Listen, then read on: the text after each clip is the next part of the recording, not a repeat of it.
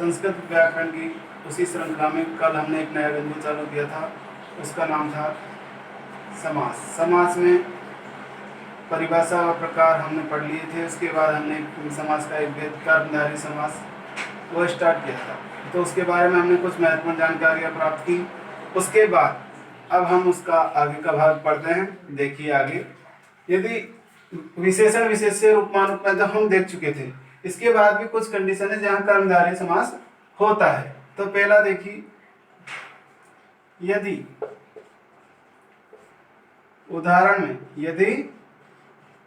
में कु या सु उपसर्ग आए, ये दोनों उपसर्ग भी विशेषता ही बताते हैं। को बुराई का प्रतीक है, सु अच्छाई का प्रतीक है। तो यदि दोनों भी आए तो ये विशेषण के रूप में आते हैं। तो कु के इसका विग्रह करते समय, इनके विग्रह करते समय आप क्या करेंगे? विग्रह करते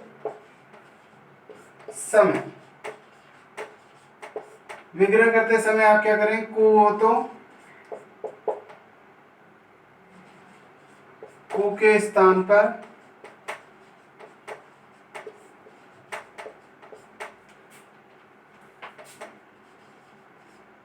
कुत्सित है,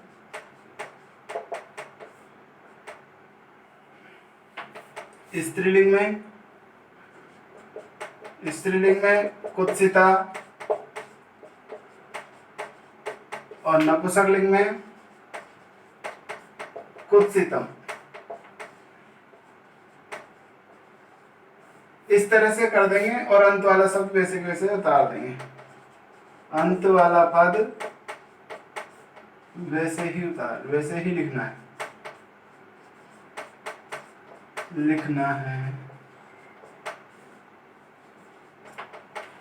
मतलब उदाहरण के माध्यम से समझिए। जैसे लिखा अपन ने कुपुत्र है, अब देखो आगे क्या है? पुरलिंग। कु के बाद क्या है? पुरलिंग है। पुत्र पुरलिंग है। पुरलिंग है तो क्या आ जाएगा? कुत्सित है।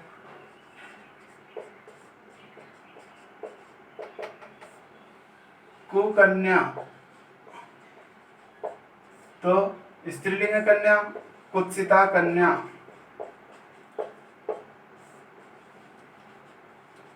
इस तरह से कुमित्रम,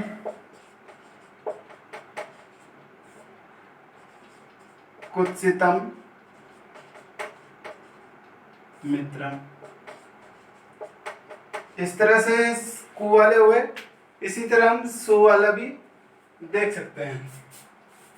सु हो तो क्या करना है? देखिए, सु वाला हो तो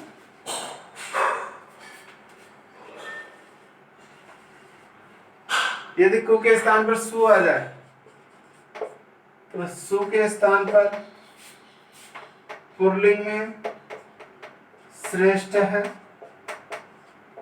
पुल्लिंग में श्रेष्ठ है, स्त्रीलिंग में श्रेष्ठा, नपुंसकलिंग में श्रेष्ठम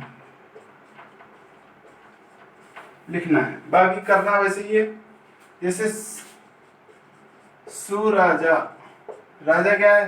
पुल्लिंग, तो श्रेष्ठ है राजा।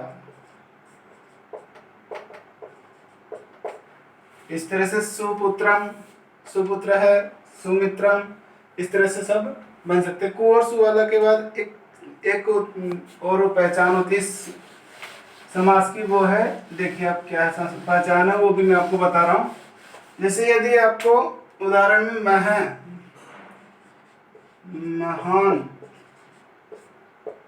अर्थ वाला उदाहरण आए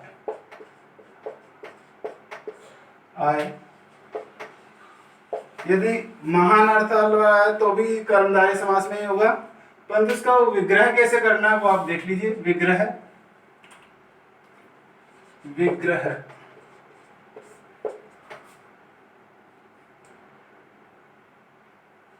अंत में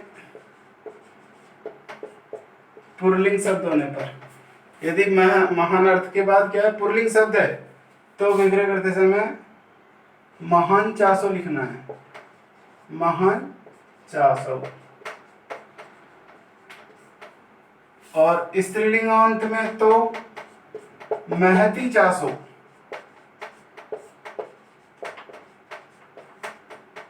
और नपुंसकलिंग हो तो महत च तत्। इस तरह से करना और अंत वाला शब्द वैसे के वैसे उतार देना है। तो देखिए उदाहरण समझाते हैं। महर्षि, महान ऋषि, तब ऋषि क्या है, पुल्लिंग, तो क्या बन जाएगा, महान चासो ऋषि।